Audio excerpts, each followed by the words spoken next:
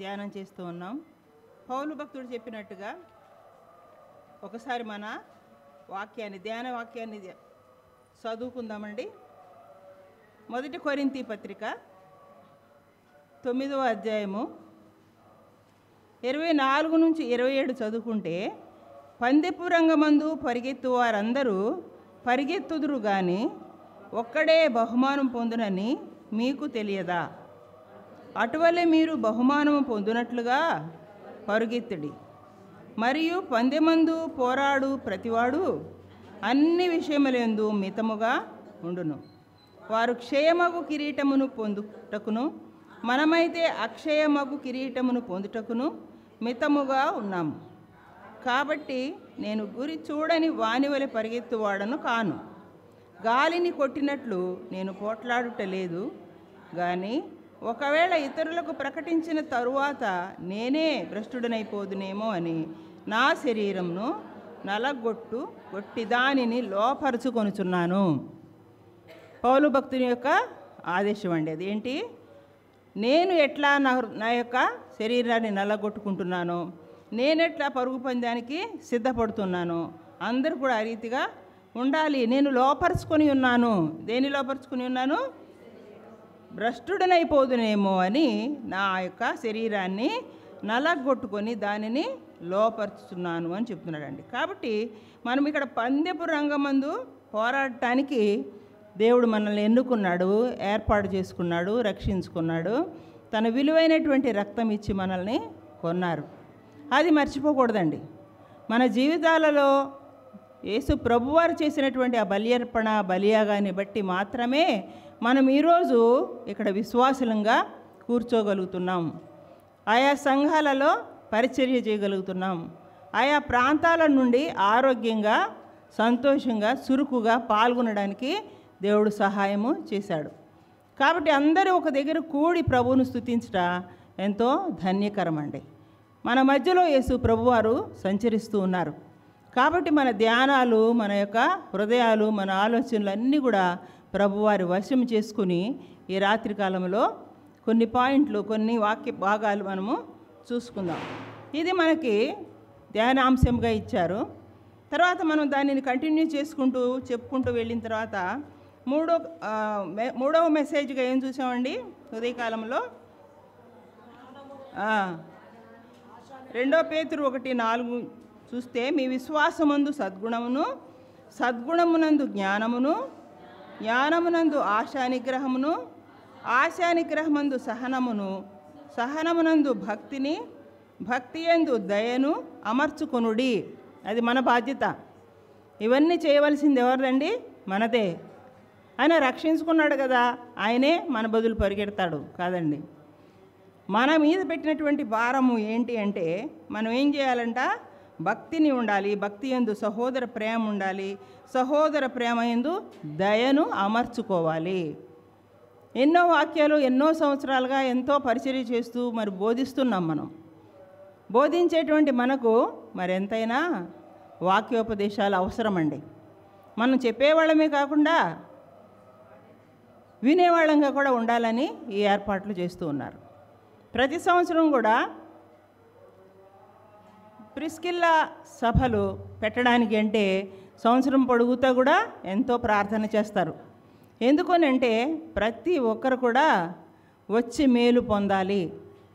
కష్టమే, ఇల్లు వదిలి రావడం కష్టమే, పిల్లలను వదిలి రావడం, సంఘాన్ని వదిలి రావడం కష్టమే. కానీ ఇక్కడున్న ఆనందము ఎక్కడ లేదండి.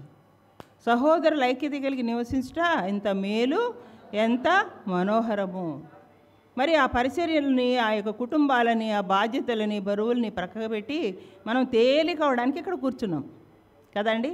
పరుగు పందానికి సిద్ధంగా ఉండడానికి మనం ఇక్కడ ఏర్పాటు చేయబడ్డాం. ఎవరైతే మరి దేవుని ప్రణాళికలో ఉన్నారో, దేవుని ఏర్పాటులో ఉన్నారో వాళ్ళందరిని కూడా ఇక్కడ దేవుడు సమకూర్చి ఉంటున్నాడు. మనం గత 4 వాక్య భాగాలు విన్నాము. ఇది చూసినట్లయితేనండి ఇప్పుడు 6 అంశాలు చూసాము, 5 చూసాము. ఇంకా చూడాల్సినవి ఏంటంటే, సద్గుణమందు జ్ఞానము చూసాము, జ్ఞానమునందు ఆశానిగ్రహము చూసాము, ఆశానిగ్రహమునందు సహనము చూసాము, సహనమునందు కాబట్టి ఇక్కడ మనం ఏం చేయవలసిన వారంగా ఉన్నామంటే సహనంగా మనము పరుగు పందానికి సిద్ధం అవ్వాలి అని చెప్పబడుతున్నాం అనమాట. అమర్చుకోవాలి, ఆశా నిగ్రహమందు సహనమును అమర్చుకోవాలి. మరి సహనం చాలా అవసరం అండి. మనలో ఏ బాధ వచ్చినా ఏ కష్టం వచ్చినా సరే మనం ఏం చేయాలంటే సహించాలి, ఓపికగా పరిగెత్తడాన్ని నేర్చుకోవాలి, అలవర్చుకోవాలండి. యాకోబు భక్తుడు ఏమంటాడు, మీ విశ్వాసమునకు కలుగు పరీక్ష ఓర్పును పుట్టించునని ఎరిగి మీరు నానా విధములైన శోధనలో పడినప్పుడు ఏం చేయాలి? అందుకు ఆనందిస్తాము, సహనంగా ఉన్నాం కాబట్టి, మనం సహనం అలవర్చుకుంటున్నాం కాబట్టి ఆనందంగా ఎంచుకుంటున్నాం. సహనం లేని వారు ఏమంటారు, అయ్యో నాకేనా ఈ శోధనలో, నాకేనా ఈ కష్టాలు అని పక్కకి. శ్రమ మనకు కలిగినప్పుడు ఏం కలిగిస్తుంది? మన ఆత్మీయ జీవితం మెరుగుపరచబడుతుంది. మనం అలవరుచుకున్నప్పుడు మనకి ఓర్పు అనేది మనకు అలవాటు అవుతుంది. కాబట్టి ఓర్పు పుట్టిస్తుందన్నమాట. అప్పుడు మనము మరి ఓర్పును కోల్పోకుండా మనలో ఏం చేస్తుంది? కార్యము, సహనం అనేది ఉండి కార్యము చేస్తుంది. కాబట్టి సహనాన్ని మనము పరుగు పందెంలో వాడాలి. ఈ పరుగు పందెంలో మనం తిరుగుతూ ఉన్నప్పుడు సహనం ఎంతో అవసరమై ఉంటుందండి. 2 కొరింథీ పత్రికలో ఏమంటాడంటే, క్షణమాత్రం ఉండు మా చులకని శ్రమ మా కొరకు అంతకంతకు నిత్యమైన మహిమ భారమును కలిగించుచున్నది. ఏలయనగా దృశ్యమైనవి నిత్యములు, అదృశ్యమైనవి అనిత్యములు అని యోబు విషయం కూడా మనం చూసామండి. యోబు ఎంత సహనాన్ని కనుపరిచాడో చూసి ఉంటున్నాం. కొరింథీ పత్రిక 2 కొరింథీ 4:18, 16. అయితే సహనాన్ని కనపరచడానికి కారణం ఏంటంటే యోబు 19వ అధ్యాయము మనం చూసాము. చర్మము చీకిపోయినను నా శరీరముతో నేను ఒకరోజు దేవుణ్ణి చూస్తాను అనేటువంటి నిరీక్షణ ఆయన కలిగి ఉన్నట్టుగా మనం చూస్తాము. చాలా విషయాలు యోబు గురించి చూసామండి. మరి ఇప్పుడు మరలా మనము తదుపరి భాగానికి వచ్చినట్లయితే, 4వ మెసేజ్లోకి వచ్చినట్లయితే, మరలా 1 కొరింథీ పత్రిక కిందకి చదువుకున్నాం కదా, 9వ అధ్యాయము 24-27 ఒకరు చదవండి. 2వ పేతురు పత్రిక 1వ అధ్యాయము 5-7 ఒకరు చదవండి. బిగ్గరగా చదవండి. పరిగెత్తుదురు కానీ ఒక్కడే బహుమానం పొందునని మీకు తెలియదా? అటువలే మీరు బహుమానము పొందునట్లుగా పరిగెత్తుడి. మరియు పందెమందు పోరాడు ప్రతివాడు అన్ని విషయముల యందు మితముగా ఉండును. వారు క్షేమము కిరీటమును పొందుటకును, మనమైతే అక్షయమగు కిరీటమును పొందుటకును మితముగా ఉన్నాము. ఇంకా మితముగా ఉండాలి. మనం అక్కడ ఏం చెప్పుకోవాలంటే, మాకు అక్షయ కిరీటం కావాలి కాబట్టి నేను మితముగా ఉండాలనుకుంటున్నాను అని మనం దాన్ని కరెక్ట్ చేసుకోవాలన్నమాట. తర్వాత 2వ పేతురు చదవండి. ఇంకొకరు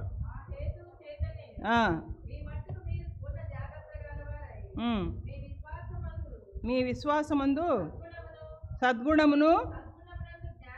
సద్గుణమునందు జ్ఞానమును, ఆశా నిగ్రహమునందు సహనమును, సహనమునందు భక్తిని, భక్తి యందు సహోదర ప్రేమను, సహోదర ప్రేమయందు దయను అమర్చుకొనుడి. ఈ సాయంకాల సమయంలో ప్రభువారు మనకి సహాయం చేయనట్లుగా ప్రార్థన పూర్వకముగా మనం విందామండి. 6వది ఏంటి అంటే భక్తి. పొద్దున 5 భాగాలు చూసాం కదండి. మన యొక్క పరుగు పందానికి కావాల్సినటువంటి రుజువులు మనం చూసుకోవాలి. భక్తి అనేది మనలో ఉందా? భక్తి మన పరుగు పందెంలో కనబడేటువంటి 6వ రుజువు. దీన్ని తప్పకుండా జ్ఞాపకము పెట్టుకోవాలా. మన పరుగు భక్తితో సాగాలి. ఎలాంటి భక్తి? నిజంగా రక్షించబడినటువంటి తర్వాతనే పొందేటువంటి భక్తి. రక్షణ లేకుండా పై భక్తి చేసేది ఏమంటారు? వేషధారణ అంటారు. కాబట్టి నిజమైనటువంటి భక్తితోటి మనం ఏం చేయాలి? పరుగును కొనసాగించాలి. పేతురు అదే అధ్యాయంలో 3వ వచనంలో ఏమంటాడంటే, జీవమునకును భక్తికిని కావలసిన వాటన్నిటినీ మనకు దయచేయును అని చెప్పాడు. ఇప్పుడు వరకు మనం చెప్పుకున్న 5 అంశాల్లో ఇంకా చెప్పుకునేవి ఏంటండి? 3. ఏంటవి? మన భక్తి అనే పరుగు. ఈ రాత్రి కాలంలో 6వది ఏంటి? భక్తి అనేటువంటి పరుగు. తీతు పత్రిక 2వ అధ్యాయము 11 నుంచి 14 చదవండి.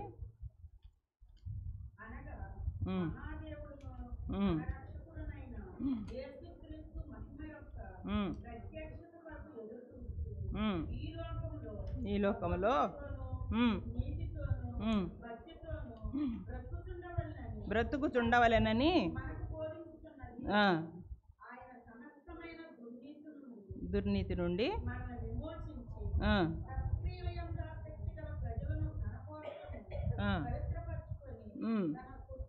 సొత్తుగా చేసుకున్నటకు తన్ను తానే మన కొరకు అర్పించుకొనెను. 11 నుంచి చూసినట్లయితేనండి, ఏలయనగా సమస్త మనుషులకు రక్షణకరమైన దేవుని కృప ప్రత్యక్షమై మనము భక్తిహీనతను ఇహలోక సంబంధమైన దురాశలను విసర్జించి శుభప్రదమైన నిరీక్షణ నిమిత్తము అనగా మహాదేవుడు మన రక్షకుడునైన యేసుక్రీస్తు మహిమ యొక్క ప్రత్యక్షత కొరకు ఎదురు చూచుచు ఈ లోకములో స్వస్థ బుద్ధితోనూ నీతితోనూ భక్తితోనూ బ్రతుకుచుండవలనని మనకు బోధించుచున్నది. వాక్యం మనకు బోధిస్తుందండి భక్తి ఎంత అవసరమో. కాబట్టి ఇక్కడ 2 పేతురు 3:11 కూడా ఒకసారి చదవండి.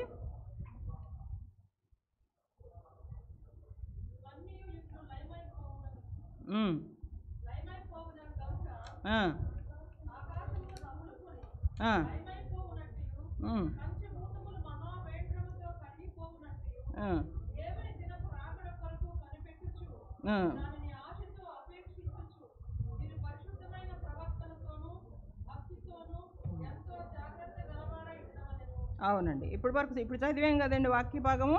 ఏం చదివాము? తీతు పత్రిక 2:11-14 కూడా చదివాము. ఇక్కడ మొదటి యోహాను పత్రిక 1:6 చదువుదాం.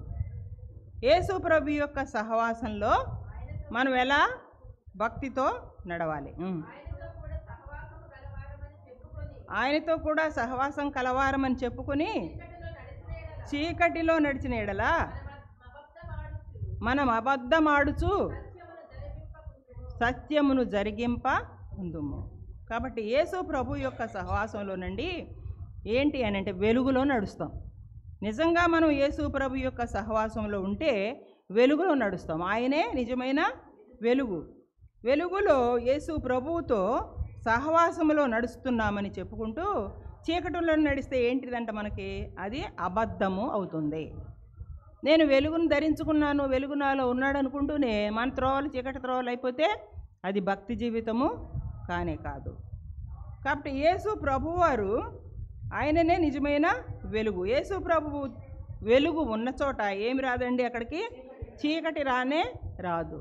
ఇంకా అక్కడ చీకటి ఉంది అంటే నీలో ఏం లేదనమాట, యేసు ప్రభు వారి యొక్క వెలుగు లేదు. కాబట్టి చీకటి కార్యాలు చేస్తూ నేను వెలుగు సంబంధిని అని చెప్పుకొని పై భక్తితోటి మోసపు పరుగు విడిచిపెట్టాలి.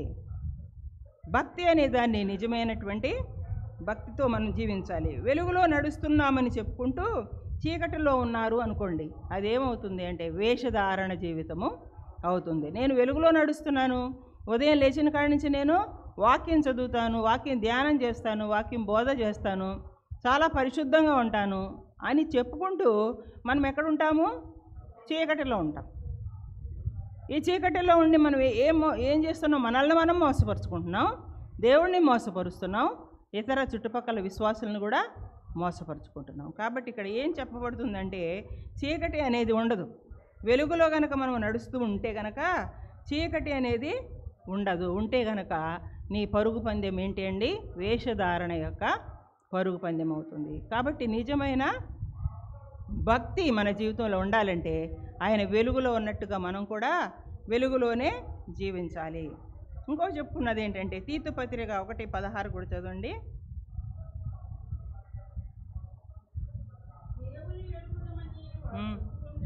దేవుణ్ణి మేము ఎరుగుతామని చెప్పుకుంటారంట. అవి ఆ, ఉమ్, ఉమ్. అదండి క్రియలు చెప్తున్నాయి. నువ్వు దేవుని తెలుసా నీకు లేదా, యేసుప్రభు నీలో కార్యం చేస్తున్నాడా లేదా, నువ్వు ఆయన మార్గంలో ఉన్నావా లేదా అనేది తెలుసుకోవడానికి మనకేం తెలియజేస్తున్నాయి? క్రియలు. మనం చేసే పనులు ప్రతి ఒక్కరు కూడా గమనిస్తూ ఉంటారు. మన క్రియలు మనం యేసుప్రభువు బిడ్డలం కాదు అన్నట్టుగా ఉన్నాయి. చెప్పుకోవడమేమో యేసుప్రభు బిడ్డలము అంటున్నాం అన్నమాట. కాబట్టి పౌలు ఇదే రాస్తాడు, దేవుడు మాకు తెలుసు అని చెప్పుకుంటారు, కానీ వాళ్ళ క్రియలు కానీ వారి మాటలు కానీ దేవుడు తమకు తెలియదు అన్నట్టుగా ఉంటారు. ఆ పరుగు పందెము మోసపు పరుగు పందెము. మోసపు భక్తితో నువ్వు నీకు నువ్వే మోసం చేసుకుంటూ ఇతరులను కూడా మోసంలోనికి లాగుతున్నావు. కాబట్టి నిజమైన భక్తి ఏంటి అంటే, దేవుడు తెలుసు కాబట్టి దేవుని క్రియలు నాలో ఉన్నాయి, నేను వెలుగులో ఉన్నాను, చీకటి ఎంత మాత్రము నన్ను తాకదు. నేను వెలుగులో జీవిస్తున్నాను కాబట్టి నాకు మంచి ఏదో చెడేదో కనబడుతుంది. నేను వెలుగు బిడ్డను కాబట్టి నేను ఎక్కడున్నాను, చీకటిని అసలు నన్ను తాకదు. కాబట్టి మనం వెలుగు బిడ్డలమని చెప్పుకుంటూ చీకటి క్రియలు చేస్తూ ఉంటే మనం ఎందులో ఏమున్నాం అనమాట, పరుగు పందెంలో ఓడిపోయే వారంగా ఉన్నాం. గెలిపొందే వాడికి ఉన్న సంతోషము ఓడిపోయిన వాడికి ఉంటుందా? ఓడిపోయిన వారికి ఏముంటుందండి? చాలా దుఃఖం ఉంటుంది, బాధ ఉంటుంది. అయ్యో ఇంతకాలం నేను ప్రాక్టీస్ చేసి, ఇంతకాలం రన్నింగ్ రేస్ కొరకు నేను ఎంతో ప్రయత్నం చేసి నా శరీరాన్ని శుష్కింపజేసుకొని, మరి ఆహార నియమాలు పాటించి, మరి ఎంతో బరువు తగ్గించుకొని ఎంత ప్రయాసపడితే నాకేం దొరకలేదు? బహుమానము దొరకలేదు, అవమానము దొరికింది. కాబట్టి మనము చీకటిలో ఉన్నట్లయితే మనము వెలుగు సంబంధులు అని చెప్పుకోవడం మోసం చేయడం అనమాట, దేవుణ్ణి మోసం చేయడం. ఇక్కడ అదే చెప్తున్నాడండి పౌలు. ఏమంటాడంటే, మరి వాళ్ళ క్రియలు ఎలా ఉన్నాయి, వారి మాటలు ఎలా ఉన్నాయి అంటే, మరి మాకు దేవుడు తెలియదు అన్నట్టుగా ఉన్నాయంట. వాళ్ళ పనులు ఎట్లా ఉన్నాయి? యేసుప్రభువా మాకు తెలియదే అన్నట్టుగా ఉన్నాయంట. సంఘంలో ఏం చెప్తున్నారు? బోధ చేస్తూ ఉన్నారు, యేసుప్రభు రక్షకుడు నమ్ముకోండి అంటున్నారు. బయట క్రియలు ఎట్లా ఉన్నాయి? దేవుడు మాకు తెలియదు అన్నట్టుగా ఉన్నాయి అని చెప్తున్నాడండి తీతు పత్రికలో. అట్లాగే మొదటి యోహాను పత్రిక 2వ అధ్యాయము 4 నుండి 6 వచనాలు ఎవరైనా తీసిన వారు చదవండి. ఆయనను ఎరిగి ఉన్నానని చెప్పుకొనుచు ఆయన ఆజ్ఞలను గై కొనని వాడు అబద్ధికుడు. చూసారండి, వారిలో సత్యము లేదు. అక్కడ అబద్ధం ఉందంటే సత్యం లేదని అర్థము. యేసు ప్రభువే సత్యము. ఆయన ఎరిగి ఉన్నాయని చెప్పుకుంటూ కూడా ఏమంటున్నాడంటే, ఆయన ఆజ్ఞలను గై కొనని వాడు ఎవరు? అబద్ధికుడు. వారిలో సత్యము లేదు. నేను దేవుని తెలుసుకున్నాను అని చెప్పడం చాలా సులభం అండి మనందరికీ. చాలామంది ఒకరోజు చర్చికి వచ్చి 2 రోజులు ప్రార్థనకు వచ్చి ఏమంటారంటే, నేను దేవుణ్ణి తెలుసుకున్నాను అనుకుంటారు. అది మనల్ని మనము మోసం చేసుకోవడము. నిజమైనట్టుగా ఎలా ఉండాలి అని చెప్తున్నాడంటే, తమకు తాము విశ్వాసులము అని అనుకుంటున్నారు, కానీ అయితే ఆ యొక్క ఆజ్ఞలను వాళ్ళు పాటించకుండా జీవిస్తే వాళ్ళ జీవితం ఎట్లా ఉంటుందండి? అబద్ధపు జీవితమే అవుతుంది. ఆయన ఆజ్ఞలు పాటించకుండా జీవిస్తే ఏమంటారంటే, వీరు అబద్ధికులు, వీరు పైకి చెప్తారు కానీ వీరు పాటించరు, వీరు వెలుగు గురించి బోధిస్తారు కానీ వీళ్ళు చీకట్లోనే ఇంకా ఉన్నారు. మనం ఎవరికైతే బోధిస్తున్నామో వాళ్ళే మన గురించి మాట్లాడతారు. అది ఎవరికి అవమానం అండి? దేవుని నామానికి అవమానం. కాబట్టి నిజమైన భక్తి జీవితము మనము అలవర్చుకోవాలి. దేవుని ఆజ్ఞలను లక్ష్య పెట్టకుండా, మరి వాటికి విలువ ఇవ్వకుండా జీవించేవాడు ఎవరు అంటే అబద్ధికుడు అవుతాడు. దేవుని మాటలు ఎక్కడన్నా వినబడుతున్నప్పుడు వాటిని లక్ష్య పెట్టాలి. లక్ష్య పెట్టకుండా ఉండేటువంటి వాడు జీవించేవాడు ఏంటంటే అబద్ధికుడు అవుతాడు. వాటిలో సత్యమే ఉండదు అని చెప్తున్నాడండి. అబద్ధానికి మరి తండ్రి సాతానుడు. మనం అబద్ధికులు మరి చిన్న అబద్ధమేలే అనుకుంటాం, కానీ వెంటనే ఎవరు ప్రవేశిస్తారు? సాతాను ప్రవేశిస్తాడు. ఆ చిన్న అబద్ధం ఏమవుతుందండి? దాని కంటిన్యూషను ఉంటుందన్నమాట. కాబట్టి అబద్ధం ఆడేటప్పుడు జాగ్రత్తగా ఉండాలి. నువ్వు సత్యమే పలకాలను అని చెప్తారు. కాబట్టి మనలో సత్యం ఉంటేనే మన పరుగు పందెము గెలుచుకుంటాము, లేకపోతే ఓడిపోతాము. కాబట్టి భక్తిపరుడు ఎలా అవుతాడండి? మరి సాతాను బిడ్డ అవుతాడు గత భక్తిపరుడు అవనే అవడు. అబద్ధానికి తండ్రి సాతానుడు. మరి సాతానుకి బిడ్డలం అవుతాం మనం, కానీ తండ్రికి బిడ్డలం కాము. అప్పుడు మన పరుగు పందెం ఏంటండి? ఓటమి పాలవుతుంది. నిజమైన భక్తి మనకు లేదు. ఏంటి నిజమైన భక్తి అంటే? ఇతర విశ్వాసులను, మరి ఇతర సంఘస్థులను, బంధువులను, మిత్రులను, మనకు తెలియని వారిని అందరిని కూడా ప్రేమించడం. ప్రేమ లేకపోతే మన పరుగు పందెము కొనసాగదు. మన యొక్క పరుగు పందెము కొనసాగాలి అంటే మనము ప్రేమతోటి జీవించాలి అని ఇక్కడ చెప్పబడుతూ ఉందండి. ఈ ప్రపంచాలు, భూమి కానీ ఆకాశం కానీ లయమైపోతాయి. కాబట్టి పవిత్రమైన భక్తిని కలిగి ఉండు అని చెప్తున్నాడండి. ఏం చెప్తున్నాడు పౌలు ఇక్కడ? పవిత్రమైన భక్తిని కలిగి ఉండాలి. 1 తిమోతి పత్రిక 6:11 చదవండి.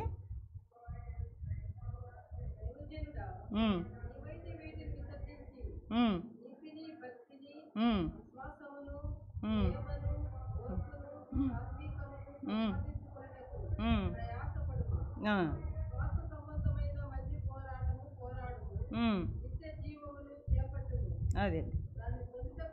అయితే మనం ఏం చేయాలంటే ఇవి సంపాదించుకో అని చెప్తున్నాడండి. ఏం సంపాదించుకోవాలి? తండ్రి అయిన దేవుని ఎదుట పవిత్రమును నిష్కళంకమునైన భక్తి ఏదనగా దిక్కులేని పిల్లలను మనం ఏం చేయాలండి? ఆదరించాలి.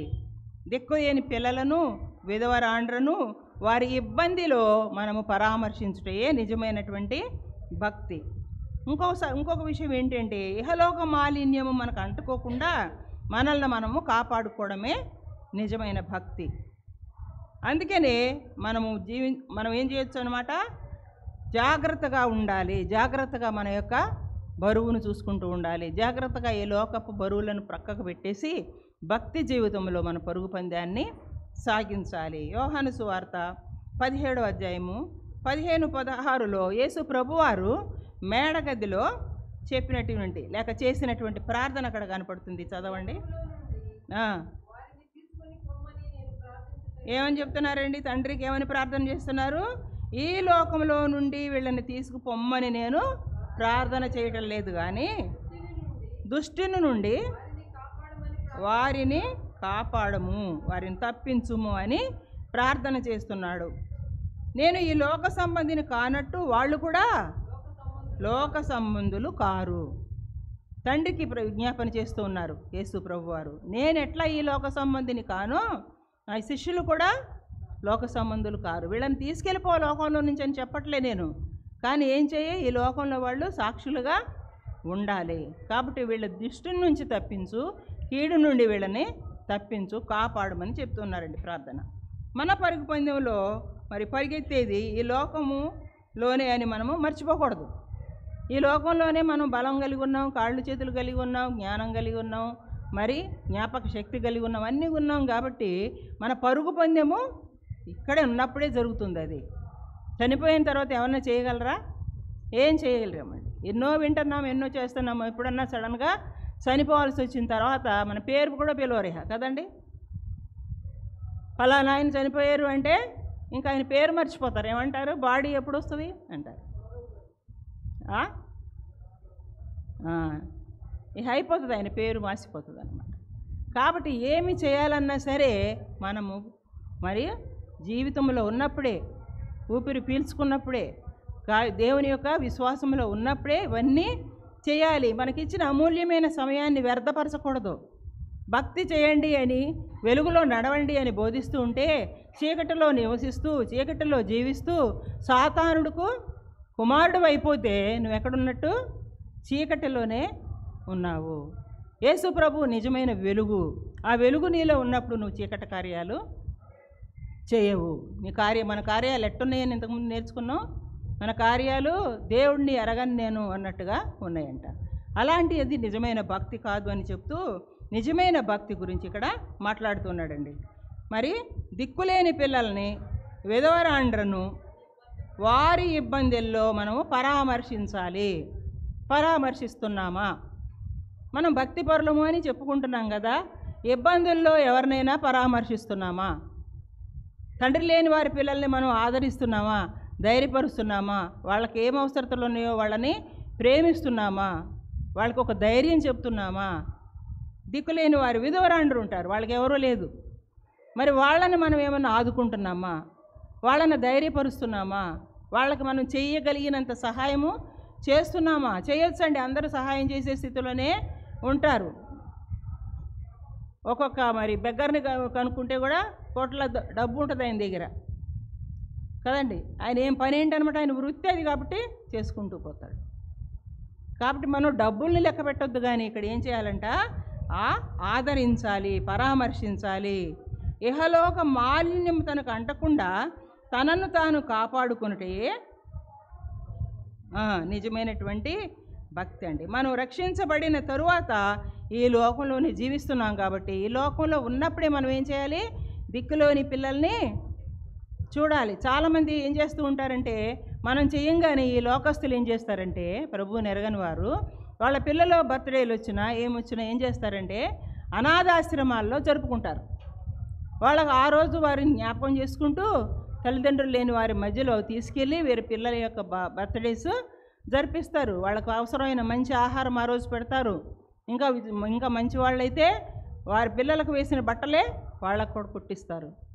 కాబట్టి అక్కడ వాళ్ళు సంతోషాన్ని చూపిస్తారు. ఎందుకంటే వాళ్ళని ఎవరు ఆనందింపజేసేవాళ్ళు ఈ లోకంలో లేరు.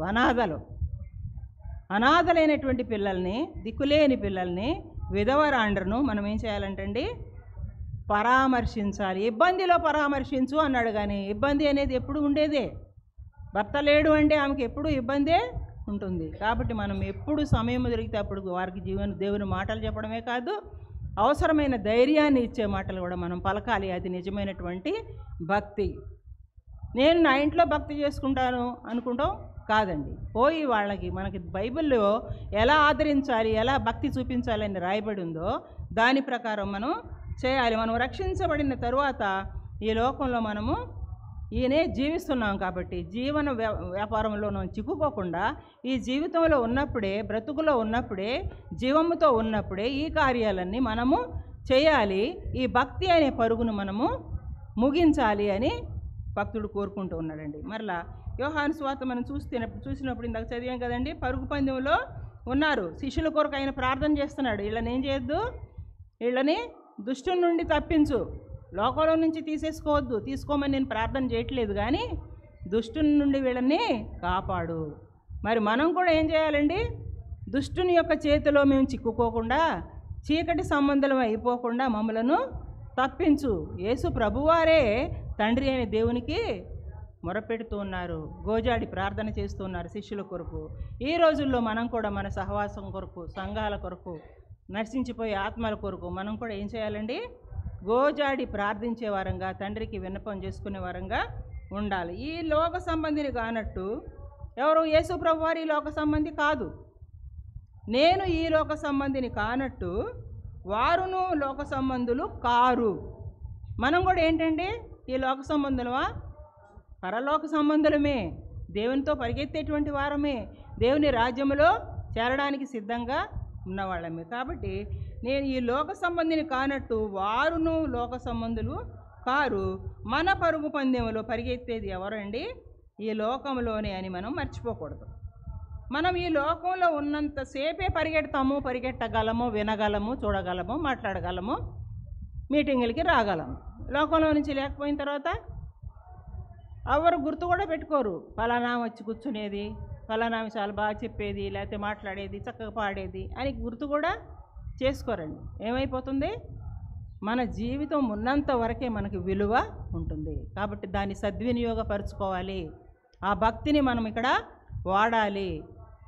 భక్తితోటి మనము విశ్వాస యాత్ర చేయాలి. ఈ లోకాన్ని విడిచిపెట్టగానే మన పరుగు ఏమవుతుందండి, ఆగిపోద్ది.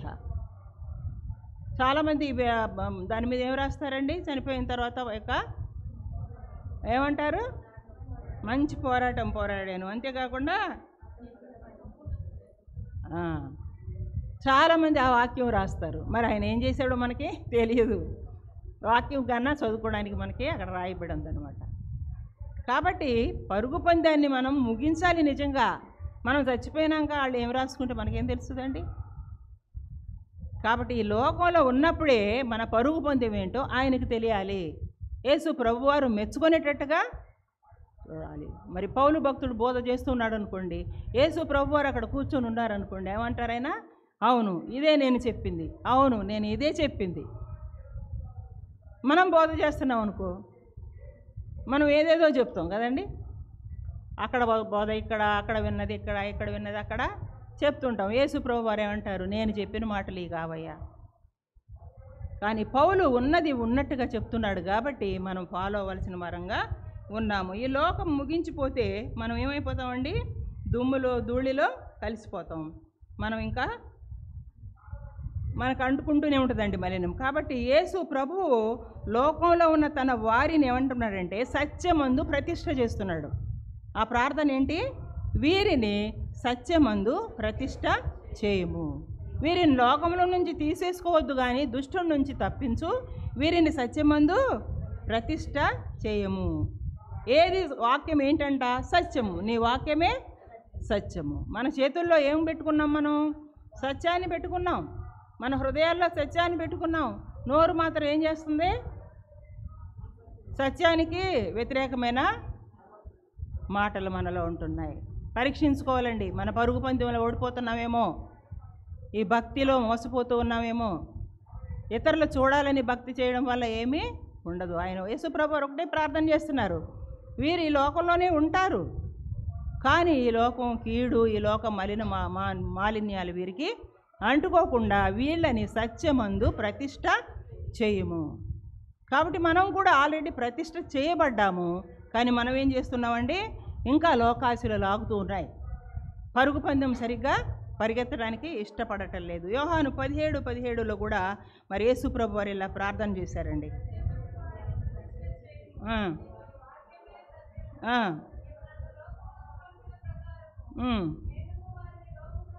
అదండి, నువ్వు ఎట్లా నన్ను ఈ లోకంలోనికి పంపించావో నీ ప్రణాళిక చొప్పున నేను కూడా వాళ్ళని ఏం చేస్తున్నాను? ఈ లోకంలో ఉంచుతున్నాను అని ప్రార్థిస్తున్నాడు. మనలను మనము దేవుని వాక్యమందు ప్రతిష్ఠ చేసుకోవాలి.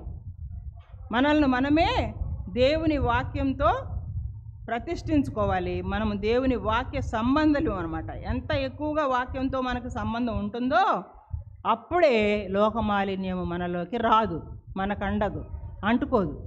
కాబట్టి మనం ఎప్పుడు కూడా వాక్యాన్ని అంటు పెట్టుకుని ఉండాలి. మన నోట ఎప్పుడు వాక్యం ఉండాలి, మన హృదయమందు ఉండాలి.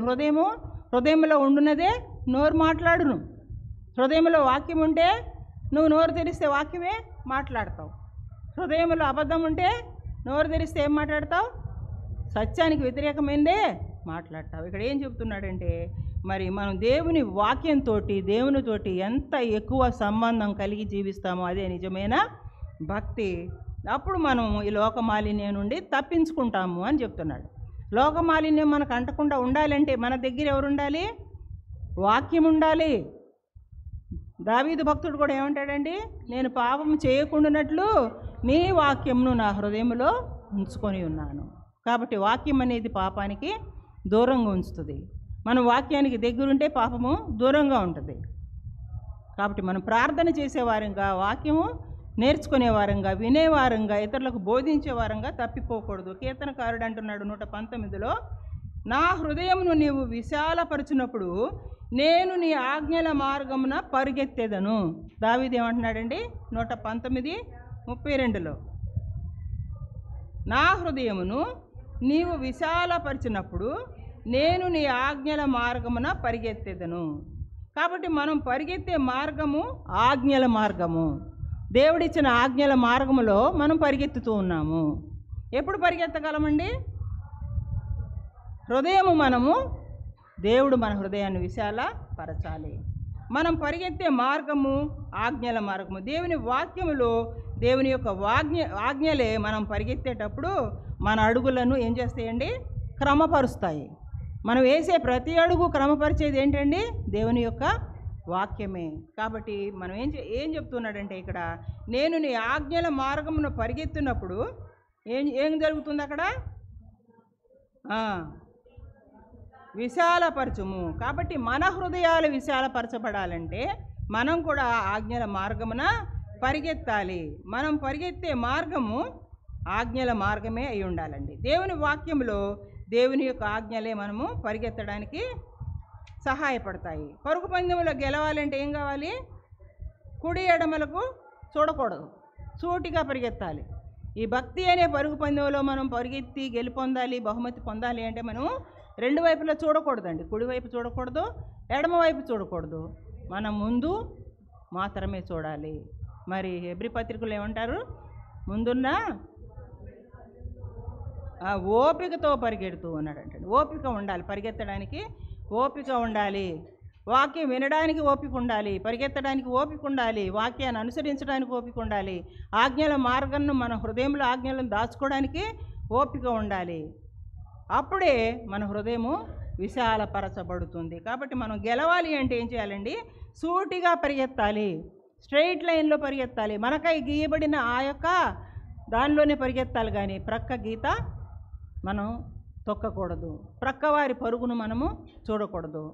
అప్పుడే బహుమతి పొందగలము. కాన్సన్ట్రేషన్ ఉండాలి, మన యొక్క మనస్సు ఒక దాని మీద ఉండాలండి. కాబట్టి ఇక్కడ చూసినట్లయితే ఈ లోకంలో ఉన్నప్పుడు ఈ లోకం మనకి అంటుకుంటూనే ఉందండి.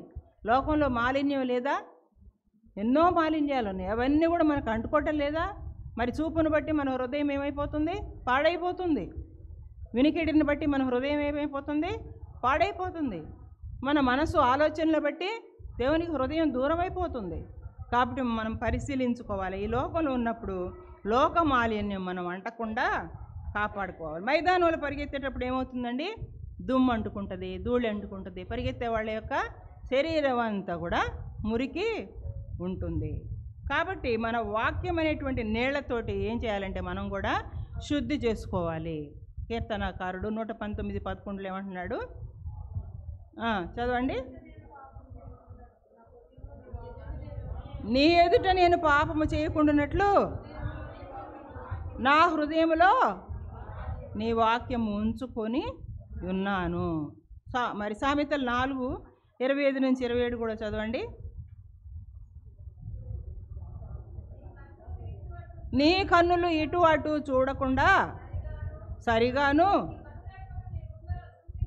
నీ కనురెప్పలు నీ ముందర సూటిగాను చూడవలెను. నీవు నడుచు మార్గము సరళము చేయము, నీ మార్గములన్నీ స్థిరములగును. నీవు కుడి తట్టుకైనను ఎడమ తట్టుకైనను తిరగకము, నీ పాదములు కీడునకు దూరముగా తొలగించుకొనుము. కాబట్టి మన పరుగు పందెములో మన దృష్టి మన గమ్యం మీదనే ఉండాలి. గమ్యం ఎక్కడుంది? అక్కడికి చేరాలి. ఇక్కడ గమ్యం ఉంటే ఇటు పరిగెత్తుతానంటే కుదరదండి. గమ్యం వైపునే మన యొక్క కన్నులు, మన చూపు, మన దృష్టి ఉండాలి. మన గమ్యం ఎవరు? యేసు ప్రభువే మన గమ్యం. యేసు ప్రభువుని చేరుకోవాలి. మన గమ్యము ఇటువైపు తిరిగితే అటువైపు తిరిగితే ఏమంటుకుంటుందండి? మన భక్తి ఆగిపోతుంది, మన భక్తి జీవితం ఏమైపోతుంది? కృంగిపోతుంది, నీరసించిపోతుంది. కాబట్టి ఎవరిని చూస్తూ పరిగెత్తాలి? యేసు ప్రభు వారిని చూసుకుంటూ పరిగెత్తాలి. భక్తి మనల్ని ఏం చేస్తుంది అంటే సరిగ్గా పరిగెత్తేటట్టు చేస్తుందండి. సరిగ్గా పరిగెత్తటం లేదు, వంకర టింకరగా పరిగెడుతున్నాను అంటే నాలో ఏం లేదనమాట, భక్తి లేదు. కాబట్టి నేను నిజమైన భక్తిలో ఉన్నానా లేదా, భక్తి మార్గంలో నడుస్తున్నానా లేదా అని మనకి వాక్యము తెలియజేస్తుందండి. 2వ పేతురు 2వ అధ్యాయము 5-8 ఒకసారి చదువుకుందాం.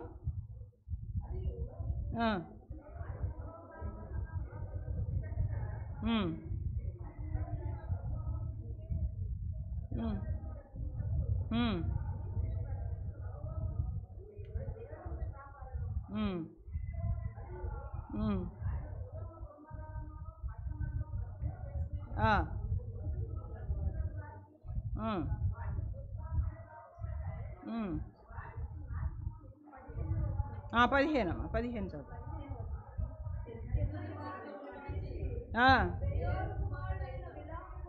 బిలాము మార్గంలోనికి మనము త్రోవ తప్పిపోయారు అని చెప్తున్నాడండి. బిలాము మార్గంలోనికి త్రోవ తప్పిపోయారు.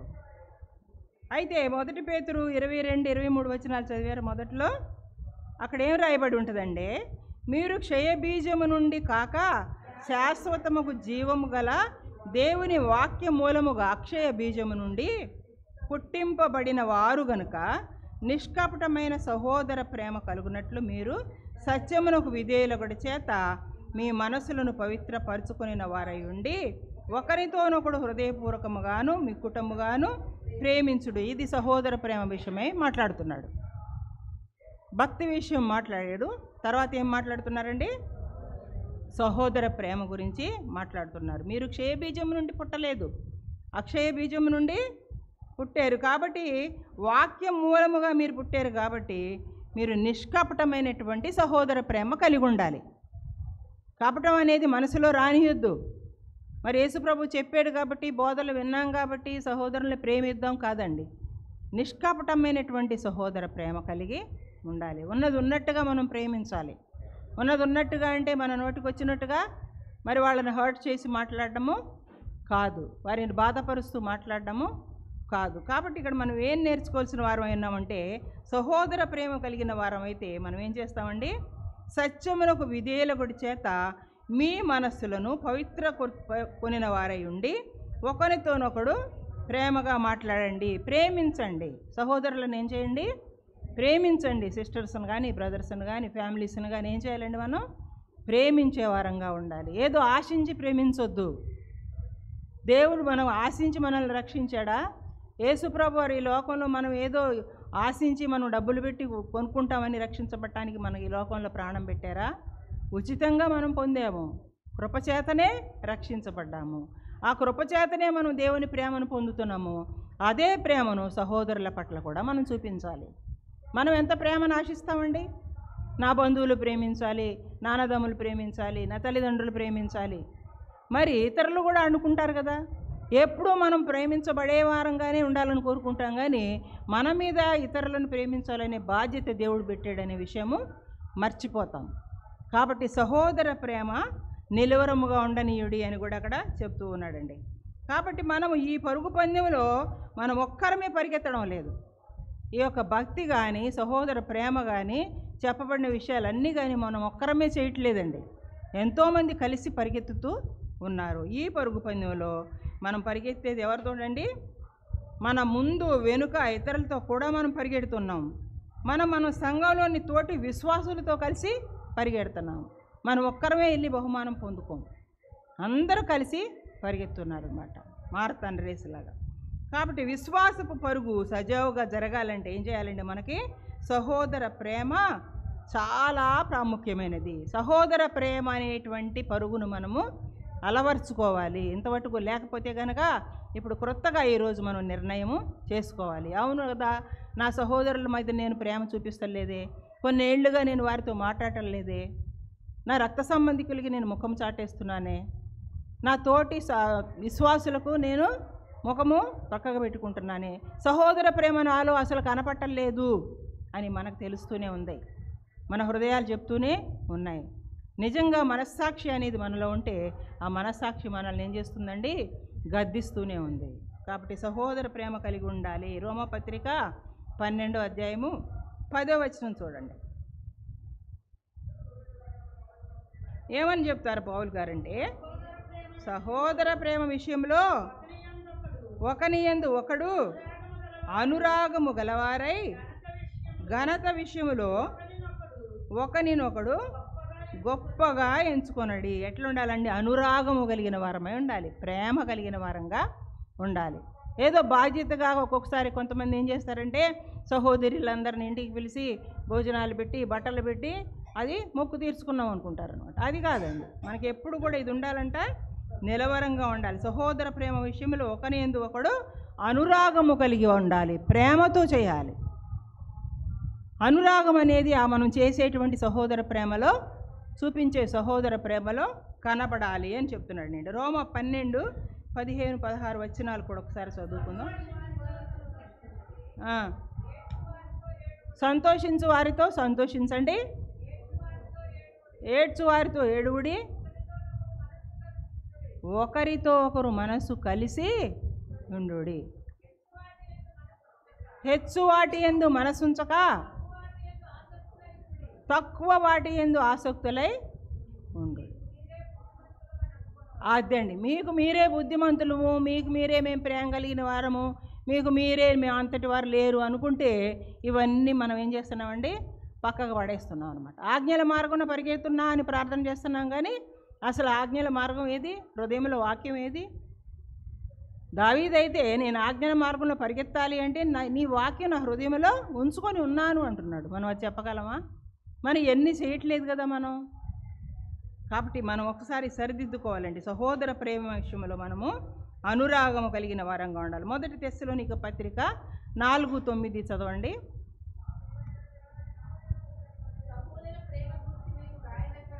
సహోదర ప్రేమ గురించి మీకు రాయనక్కరలేదు,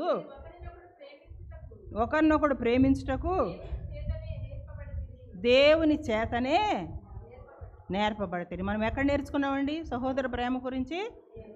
యేసు ప్రభు వారు ఏం చేశారండి? శిష్యుల పాదాలని కడిగారు. అక్కడ ఏం కనపడుతుంది? ఆయన యొక్క నిష్కపటమైన సహోదర ప్రేమ కనపడుతుంది. అదొక మాదిరి మనకు ఉంచిపోయారు ఆయన. కాబట్టి ఇక్కడ చూస్తున్నాం యోహాను సువార్త 13:1-5 2 చదవమ్మా. యేసు ప్రభు వారు ఏమంటున్నారంటే,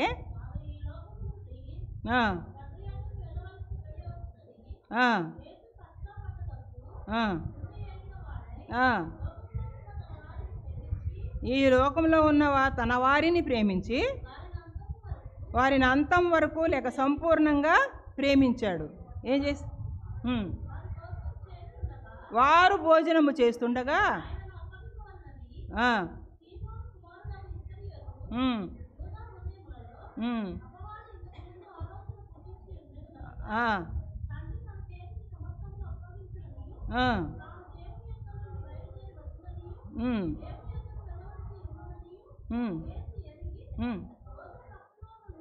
అవునండి, భోజన పంక్తిలో నుండి లేచి ఏం చేశారు?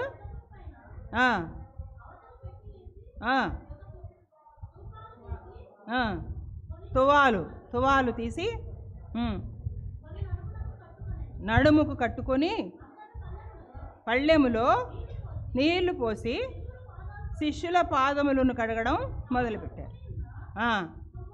తువాలతో తుడుస్తూ ఉన్నారండి, కడగడమే కాదు, ఆయన కట్టుకున్న తువాలు తీసి వారి పాదములను తుడవడం మొదలుపెట్టారంట.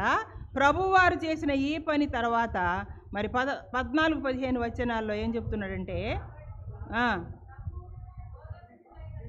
ప్రభువును బోధకుడును అయిన నేను మీ పాదములు కడిగిన ఎడల మీరు కూడా ఒకరి పాదములు ఒకరు కడగవలసిందే. నేను మీకు చేసిన ప్రకారము మీరును చేయవలెనని మీకు మాదిరిగా ఎలాగో చేసి తిని. సహోదర ప్రేమ గురించి మాదిరి ఉంచిపోయారండి యేసుప్రభు వారు. తను తాను తగ్గించుకోవాలి. సహోదరులను ప్రేమించాలంటే ఏం చేయాలి? మన హెచ్చుని, మన యొక్క గొప్పతనాలన్నిటిని కూడా కింద పెట్టాలి. ఆయన ఏం చేశారంట? తువాలు తీసి పళ్ళెంలో నీళ్లు తీసుకొని శిష్యుల పాదములో కడిగి తుడిచారు. కాబట్టి మనం కూడా ఏం చేయాలండి? క్షమించడం నేర్చుకోవాలి, సహోదరులను ప్రేమించడం ఎక్కడైతే క్షమాపణ ఉంటుందో అక్కడ ప్రేమ ఉంటుందండి. కాబట్టి క్షమించాలి, అప్పుడు మనం సహోదరులను ప్రేమించగలం. జీవితకాలం మటుకు వీళ్ళు నాకు చేశారు కాబట్టి వీళ్ళకి ఇది అయిపోనుగాక అది అయిపోనుగాక అని మనము శాపాలు పెట్టడానికి మనము దేవుళ్ళం కాదు. కాబట్టి మనం నేర్చుకోవాల్సిన వారమే. మనము సహోదర ప్రేమ అనేటువంటి పరుగు పందెంలో బహుమానం పొందినంతగా మనము పరిగెత్తవలసిన వారంగా ఉన్నాము. హెబ్రీ 13:1 ఏమంటారంటే, సహోదర ప్రేమ నిలువరముగా ఉండనీయుడి, ఆతిథ్యము చేయ మరవకుడి, దానివల్ల కొందరు ఎరుగక ఏ దేవదూతలకు ఆతిథ్యము చేసిరి. కాదండి, ఆతిథ్యం గురించి మనం చాలాసార్లు విన్నాం. రెబ్కా విషయంలో కానీ మరి శారా విషయంలో కానీ చాలా విషయాల్లో మనం ఆతిథ్యం గురించి విన్నాము. ఆతిథ్యం చేయ మరవకుడి. చూసారండి, కొంతమంది ఆతిథ్యం చేసి వాళ్ళు ఎవరికి చేశారంట? తమకు తెలియకనే దేవదూతలకు చేశారు. కాబట్టి సహోదర ప్రేమ ఉంటే మనకి ఆటోమేటిక్గా ఏమొస్తుందండి? ఆతిథ్యం వస్తుంది. సహోదర ప్రేమ లేకపోతే మనకేం రాదు, కనీసం గ్లాసుడు నీళ్ళు ఇవ్వడం కూడా రాదు. రాకపోతే ఏమంటారు? బాగా కడుపు నిండా తిని వచ్చారా, కూర్చోండి, ఒక ఫ్యాన్ వేస్తాము, మంచిగా గాలి పీల్చుకోండి. ఏమండి, సహోదర ప్రేమ ఉంటే కనుక మనం ఏం చేయాలి? ఆతిథ్యము చేయాలి. సహోదర ప్రేమ లేకుండా మనం మొట్టి మాటలు మాత్రమే చెప్తూ ఉంటాం అన్నమాట. కాబట్టి మాటలు కాదండి కావాల్సింది, పరుగు పందెంలో మనకి యాక్షన్ కావాలా, నిజంగా చర్య తీసుకోవాలి, మనం పరిగెత్తాలండి. సహోదర ప్రేమ చూపడంలో క్రొత్త నిబంధనలో యేసు ప్రభువారే ఒక గొప్ప మాదిరి అండి. అలాగే పాత నిబంధనలో ఎవరు గొప్ప మాదిరి? నిన్న చూసాం మనం, యోసేపు సహోదరులను ప్రేమించడంలో గొప్ప మాదిరిగా. అన్నలు అతన్ని ద్వేషించారు, చంపాలనుకున్నారు, ఐగుప్తుకు అమ్మేశారు, చివరికి యోసేపుని మర్చిపోయారు కూడా. ఎప్పుడో చనిపోయి ఉంటాడులే అనుకున్నారు, మర్చిపోయారు. అయితే వారు కరువులో బాధపడుతూ ఉన్నప్పుడు ఎవరు పోషించారండి? యోసేపు పోషించాడు. ఆయనకి ఏముందన్నమాట? కక్ష లేదు, వారి మీద ద్వేషం లేదు, వారి మీద ప్రేమనే ఉంది. నేను ఎప్పుడెప్పుడు కలుసుకుంటానా, నేను చనిపోయాను అనుకుంటున్నారు కదా, దేవుడు నాకు పిట్టి నుండి ఏమిచ్చాడు? సింహాసనం ఇచ్చాడు. గుంట నుండి అధికారిగా చేశాడు, సింహాసనం ఇచ్చాడు. మరి ఇవన్నీ నా యొక్క ప్రియులు ఎప్పుడు చూడాలి, నాన్నదమ్ములు ఎప్పుడు చూడాలి? కరువులో వచ్చినప్పుడు ఏం చేశాడండి? వారిని పోషించాడు, శ్రేష్టమైన పదార్థాల చేత వారిని పోషించాడు. కాబట్టి సహోదర ప్రేమ అంటే యోసేపులో మనము జ్ఞాపకం చేసుకోవాలి అండి. వారిని ఐగుప్తుకు రప్పించాడు, ఒక శ్రేష్టమైనటువంటి భూభాగంలో వారిని ఉంచాడు, వారికి సమృద్ధి అయిన స్థలంలో ఉంచాడు. యోసేపు యొక్క సహోదర ప్రేమ అనేటువంటి పరుగు అది. మరి మన సహోదర ప్రేమ అనే పరుగులో మనం ఎక్కడున్నాం? మొదలు కూడా పెట్టలేదా? గీత బయటనే ఉన్నామా? పందెపు రంగంలో ఉన్నామా? మనకు గీయబడిన పరుగు పందెంలో పరిగెడుతూ ఉన్నామా? సహోదర ప్రేమలో మనము జీరోగా ఉన్నామా? అర్థం చేసుకోవాలండి. సహోదర ప్రేమ విషయంలో మరి యోసేపును గొప్ప మాదిరిగా, క్రొత్త నిబంధనలు యేసుక్రీస్తు ప్రభు వారిని ఒక గొప్ప మాదిరిగా మనము పెట్టుకొని పరిగెత్తే వారంగా ఉండాలి. మనము ప్రేమ చూపించాలండి. ఇంటికి ఎవరు వచ్చినా సరే ఎవరు పలకరిస్తారు? ఎక్కువగా స్త్రీలే. కాబట్టి వాళ్లే సహోదర ప్రేమ చూపించాలి. అంటే మనసులో ఒకటి పైకి ఒకటి కాదు. హృదయములు చూసేది ఎవరు? దేవుడు హృదయాలు చూస్తున్నాడు. దేవునికి భయపడాలి. పైకి పలకరిస్తారు, నోటితో మాట్లాడతారట, నొసటితో ఏకరిస్తారట. అది కాదు ఇక్కడ చెప్పేది. నిజంగా సహోదరులని ప్రేమించాలి. కూర్చోండి, తినండి, తాగండి అది కాదండి. నిజమైన ప్రేమ ఏం చేస్తుందండి? వాళ్ళని క్షమించేటట్టు, ఇంతకుముందు మనకేమన్నా కీడు చేస్తే మనమే వాళ్ళని క్షమించి క్షమాపణ అడిగి మరలా తిరిగి వాళ్ళని ప్రేమించేటట్టు చేస్తుంది. అది నిజమైనటువంటి సహోదర ప్రేమ అనే పరుగు పందెం అండి. మనం తర్వాత చూసినట్లయితే ఇక్కడ సహోదర ప్రేమ యందు 8వ చూస్తున్నాము. సహోదర ప్రేమ యందు దయను అమర్చుకొనుడి. మొట్టమొదటి ఏం చూసాము? విశ్వాసం చూసాము. నోటికి వచ్చేయాలి ఈ పాటికి. విశ్వాసమునందు సద్గుణము చూసాము, సద్గుణమునందు జ్ఞానము చూసాము, ఆశా నిగ్రహం చూసాము, సహనము చూసాము, భక్తి చూసాము, సహోదర ప్రేమ చూసాము. చివరగా ఏం చూడబోతున్నాము అంటే దయను అమర్చుకొనుడి. ఏమంటున్నాడు? సహోదర ప్రేమ యందు దయను అమర్చుకొనుడి. మనకి సహోదర ప్రేమ ఉండి తప్పకుండా దయ కలుగుతుందండి. సహోదర ప్రేమ, సహోదరుల విషయంలో మన హృదయం కఠినపరుచుకున్నాం అనుకోండి, మనకేముండదన్నమాట? దయ చూపించుకోలేము. మన క్రైస్తవ పరుగు మనం గురి వద్దకు సరిగ్గా పరిగెడుతున్నామో లేదో తెలుసుకోవడానికి దయ అనేది ఒక రుజువు అండి. 8వ రుజువు ఏంటి? దయ. కాబట్టి తెలుగులో ఈ దయ అనే పదం ఇక్కడ వాడబడింది కానండి, మరి ఇంగ్లీష్లో చూస్తే ప్రేమ అని ట్రాన్స్లేట్ చేయబడింది, దయను లవ్ అని ట్రాన్స్లేట్ చేయబడిందండి. కాబట్టి క్రొత్త నిబంధనలో నిజానికి ఏం రాయబడింది? గ్రీకు భాషలో రాయబడింది. గ్రీకులో ఉన్న పదం ఏంటి అంటే ప్రేమకు అగాపే. అగాపే ప్రేమను మనం కనుపరచాలి. అగాపే ప్రేమలో మనము పరిగెత్తాలి. అగాపే ప్రేమ అంటే ఏంటి అంటే ఉన్నత శ్రేణికి చెందినటువంటి ప్రేమ. అగాపే ప్రేమ ఉన్నత శ్రేణికి చెందిన ప్రేమ. ఏది ఆశించకుండా, తిరుగు ఆశించకుండా, బదులు ఆశించకుండా చేసేది అగాపే ప్రేమ. కాబట్టి అగాపే ప్రేమతోటి ఏ ప్రేమను కూడా మనము పోల్చలేము. ఎంత గొప్ప ప్రేమ ఉన్నా సరే అగాపేతోటి పోల్చలేము. ఇది దైవికమైన ప్రేమ. అగాపే అంటే ఏంటండి? దైవికమైన ప్రేమ. కాబట్టి ఈ ప్రేమలో మన పరుగు పందాన్ని పరిగెత్తడం నేర్చుకోవాలి. మరి ఫిలియోస్ అనే ప్రేమ కూడా ఉందండి. ఫిలియో అంటారు. అదేంటి అంటే ఇచ్చిపుచ్చుకునే ప్రేమ. నువ్వేమన్నా ఇచ్చావా, మళ్ళీ నీకు బదులు ఇస్తాను, అదే అనమాట ప్రేమ. అదేంటి? ఫిలియో ప్రేమ, మనుషుల మధ్య ఉండేటువంటి ప్రేమ. అగాపే ప్రేమ ఎవరిది? పరలోక ప్రేమ, దేవుని ప్రేమ. మనం ఏదో మనల గురించి ఆశించి ఆయన ప్రేమించలేదు, మన ద్వారా ఆయన ఏదో మెప్పు పొందడానికి, మేలు పొందడానికి ప్రేమించలేదు. అగాపే ప్రేమకి సంబంధ బాంధవ్యాల మీద ఆధారపడింది కాదు. నువ్వు నా చెల్లివా, నిన్ను ప్రేమిస్తా, నువ్వు నా అక్కవా, నిన్ను ప్రేమిస్తా, అదేంటి? ఫిలియో ప్రేమ. అగాపేలో ఏంటి? సంబంధం లేకుండానే ప్రేమించబడుతున్నాం అండి. ప్రేమ, ఈ ప్రేమ ఏంటంటే ఇచ్చిపుచ్చుకునే ప్రేమ కాదు, కానీ ఇచ్చేది మాత్రమే.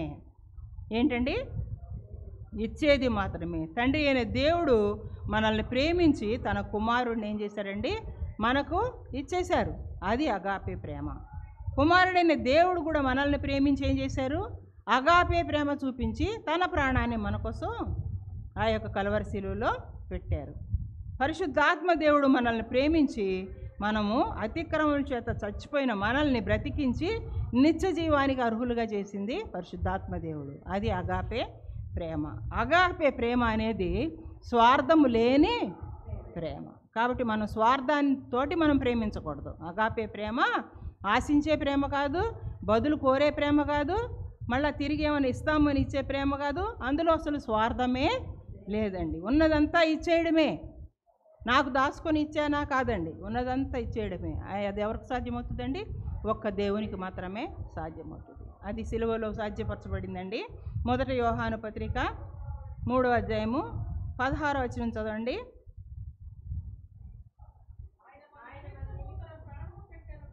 మన నిమిత్తము తన ప్రాణము పెట్టెను గనుక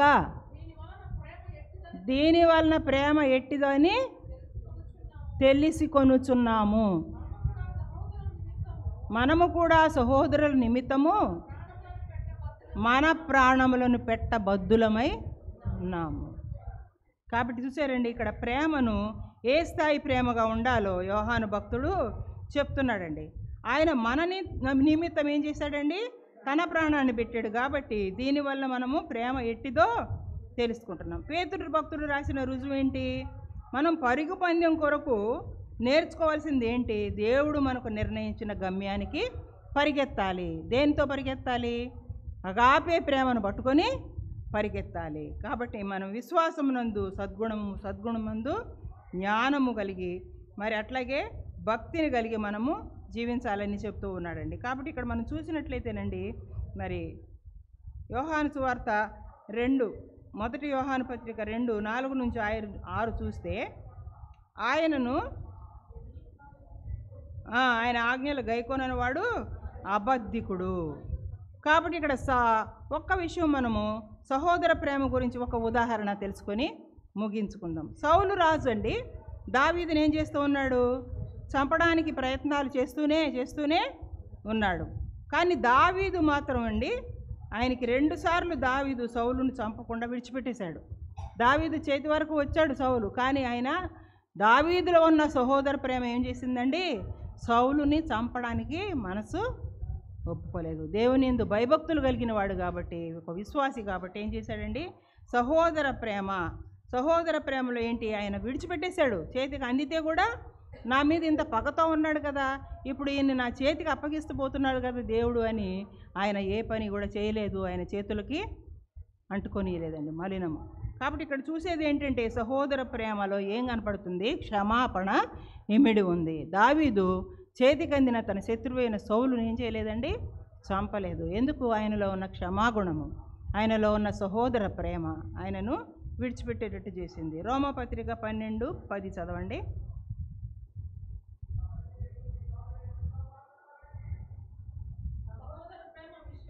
సహోదర ప్రేమ విషయంలో ఒకని యందు ఒకడు అనురాగము కలవారై ఘనత విషయంలో ఒకరినొకరు గొప్పగా ఎంచుకుంటూ, ఆసక్తి విషయంలో మాంద్యులు కాక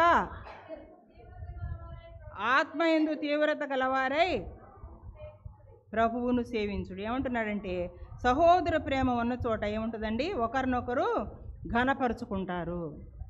అందరూ నన్నే ఘనపరుచుకోవాలి అని ఆశించరు, ఒకరిని ఒకరు ఘనపరుచుకుంటారు. యోగుడైనా కాకపోయినా మనం ఏం చేయాలండి? ఘనపరచడము నేర్చుకోవాలి. కాబట్టి కుటుంబంలో ఒకరి పట్ల ఒకరము గౌరవం చూపించలేకపోతే సహోదర ప్రేమ అనేటువంటి పరుగు పందెంలో మనము ఇప్పటికే ఓడిపోయాము అని అర్థం చేసుకోవాలండి. మరి యూదా విషయం చూసిన యూదా జనాంగం పట్ల ఎస్తేరు యొక్క ప్రేమ చూస్తున్నాం. ఏం చూపిస్తుంది ఆమె? అహష్వేరోషు రాజు దగ్గరికి వెళ్ళాలి అంటే ఆయన ముందు ఉన్నటువంటి అధికారులందరి పర్మిషన్ తీసుకొని వెళ్ళాలి. ఆయన్ని చూడాలి అని అంటే ఎవరికి అవకాశము దొరకదు. ఆఖరికి రాజుగారి భార్య పిల్లలు కూడా రాజుగారి దగ్గరికి వెళ్ళాలంటే అనుమతి తీసుకొని వెళ్ళాలి. కానీ ఈ యొక్క అహష్వేరోషు చక్రవర్తి దగ్గర పోకుండా మనం ఈమె ఏం చేసిందంటే ఎస్తేరు అట్లా వెళితే మరణశిక్ష వస్తుందని తెలుసు, వెంటనే రాజుగారి చేత చంపబడుతుందని తెలుసు. కానీ చావుకు తెగించి ఆమె ఏం చూపిందండి?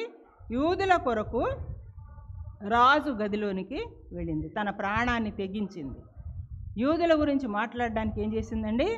రాజుగారి గదిలోనికి వెళ్ళడానికి తన ప్రాణాన్ని పణంగా పెట్టిందండి. భయపడలేదు, నా ప్రాణం పోయినా పర్వాలేదు, నా యూదు జనాంగాన్ని రక్షించుకోవాలి. అది సహోదర ప్రేమ. ఇందులో ఇంకొక ప్రేమ కూడా కనపడుతుంది, అగాపే ప్రేమ. తన ప్రాణం పోయిందనుకోండి, అంతే, ఇంకా అయినా సరే నా ప్రాణం పోయినా పర్వాలేదు, నా జనాంగాన్ని నేను రక్షించుకోవాలి. అగాపే ప్రేమతోటి ఆమె ఆ గదిలోనికి వెళ్ళింది. అక్కడ కనబడుతుంది ఆమె ఏం చేసిందండి? త్యాగం చేసింది. ఆమె ప్రాణం కూడా లెక్క పెట్టుకోలేదు, తన జనాంగం కొరకు ఏం చేసిందండి? వెళ్ళింది. కాబట్టి మనం ఇక్కడ చూసింది ఏంటి అంటే, మరి దయను మనం ఎలా అమర్చుకోవాలి, అగాపే ప్రేమను మనం ఎలా చూపించాలి, సహోదర ప్రేమ ఎంత మనం చూపించగలిగినటువంటి సమయం ఇది. ఈ లోకంలో ఉన్నప్పుడే, ప్రాణంతో ఉన్నప్పుడే ఈ పరుగు పందాలన్నీ మనము ముగించగలము అని మనం అర్థం చేసుకోవాలండి. రేపు 5వ మెసేజ్ ఉంటుంది. మరి 6వ మెసేజ్లో కిరీటాల గురించి మనం నేర్చుకుంటాం. ఇన్ని పరుగు పందాలు చేసినటువంటి మనకు ఎటువంటి బహుమానాలు దేవుడు ఇవ్వబోతున్నాడో, కిరీటాలు ఇవ్వబోతున్నాడో రేపు రాత్రి జరగబోయేటువంటి కూడికలో నేర్చుకుంటాము. కాబట్టి అందరూ ఉండడానికి ప్రయత్నం చేయండి. మరి 2 రోజులు ఉన్నారు, ఇంకొక రోజు కూడా ఉండి దేవుని వాక్యాన్ని అర్థం చేసుకొని వాటిని ఆచరిస్తానికి దేవుని దగ్గర మాట ఇచ్చి మనం ఇక్కడ నుండి వెళ్ళడానికి ఇష్టపడాలండి. కాబట్టి మనము దయ మనలో కనపడుతుందా, ప్రేమ మనలో కనపడుతుందా, తిరిగి ఆశించని ప్రేమ మనలో కనపడుతుందా, మన సహోదరులను క్షమించి వారిని సహాయపడి వారికి మన ప్రేమ చూపిస్తున్నామా, మరి యేసు ప్రభువుని మాదిరిగా పెట్టుకొని మనం ఉన్నామా, యోసేపును మాదిరిగా పెట్టుకొని మన సహోదరులను ప్రేమిస్తున్నామా? ఒకసారి మనము ఆలోచించుకోవాలి. మరి పేతురు భక్తుడు చెప్పినట్టుగా మనం ఏం చేసామండి? ఎన్ని రోజులు మరి ఈ 8 విషయాలను పెట్టుకొని మన పరుగు పందెం గురించి ధ్యానం చేయడం జరిగింది. కాబట్టి రేపు 5వ వర్తమానము, రాత్రికి 6వ వర్తమానము విని దేవుని దీవెనలు పొంది వెళ్ళాలని కోరుకుంటూ ఇంతటితోటి ఈ రాత్రికాలపు వాక్య భాగాన్ని ముగిస్తూ ఉన్నాను. Thank you very much.